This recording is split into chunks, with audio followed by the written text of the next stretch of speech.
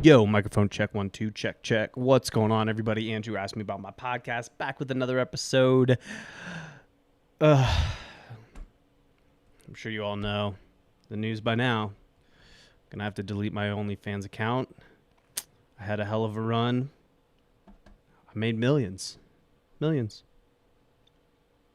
Now I'm gonna have to delete it. I'm just kidding. I don't have an OnlyFans. Never did. Thought about it at one time. Thought it would be a great idea to make a little extra money on the side while work was down.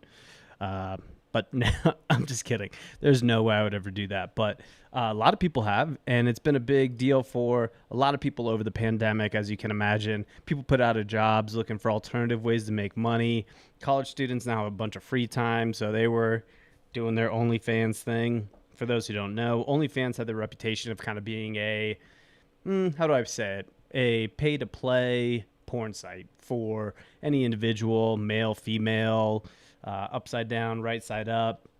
Pretty much an online strip club for those who don't have any idea. Might have been living under a rock or something. They have instituted a porn ban on OnlyFans. It's going to take effect on October 1st, coming up here a couple months. This was due to a couple things. A lot of the headlines were kind of running wild with this one, and said that it was, explicit content, sexual explicit content and behavior. What it really came down to was the banks. The banks were fed up with, one thing was chargebacks, and then the reputational risk that they were facing due to some of the content that was happening on the site. This isn't new for anybody. YouTube has gone for a similar thing with other content creators, not necessarily porn, but they came out, with Nelk Boys, one of them, and reputational risk. People saying that they're YouTubers and going back to the platform and kind of trashing its name. This happened with Logan Paul, Jake Paul, just to name a few. What that's created is a lot of people going to alternative ways to monetize off their content. You're having people like Tyga kind of come out with new platforms. You have Chase Hero with Subify coming out with a new platform. I'll kind of dive into that here in a second. But Tyga was a huge fan. Was a huge figure on OnlyFans for some apparent reason. I don't think you know Tyga unless you're about as old as I am. Made $7.9 million on OnlyFans alone. Obviously, that's absolutely crushing it for whatever he's doing. It's your body. I guess you do whatever you want. But he made $7.9 million. And he's going to actually be starting his own platform due to all this risk and due to all this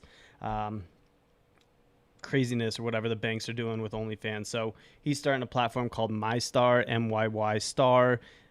I'm not going to check it out, but if you want to check it out, you can go check it out. There's also some alternatives out there for people who are looking to get into this. I don't really know. This is going to be a very awkward episode. Called Subify. It's by Chase Hero.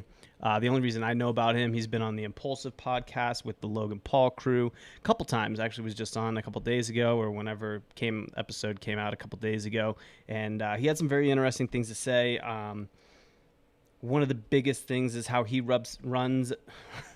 It's a Freudian slip on this fucking episode. Subify, what makes it different is that each content creator operates as its own. So when you get charged, you're getting charged via Logan Paul's channel. When you get charged, you're getting charged via George Janko's channel. That cuts down on the risk. And one thing that he mentioned is why put so many individuals' risk on one company?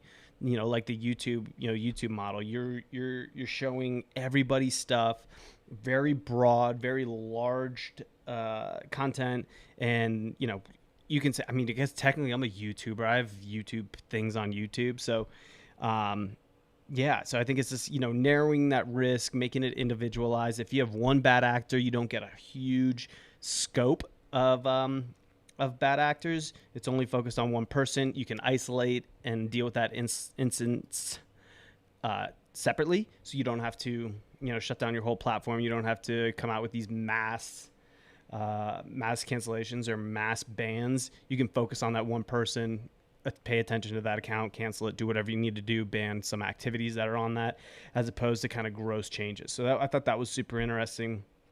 And that's probably the biggest thing. Even when it comes to billing, you're billing each individual as opposed to all together, which was what OnlyFans was doing. They were taking everybody's profits, dividing or giving them a percentage back, and then keeping all that instead of running each individual content creator as their own entity. I guess would be the easiest way to say it, and then just acting as the payment processor, the host, as opposed to kind of hosting a larger content channel.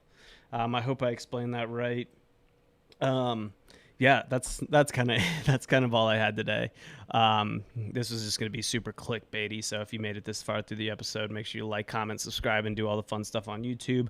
Follow us on TikTok and Instagram. Make sure to leave a comment, like, subscribe, and we'll talk to you all. Yeah, I don't know. I'll do an episode tomorrow.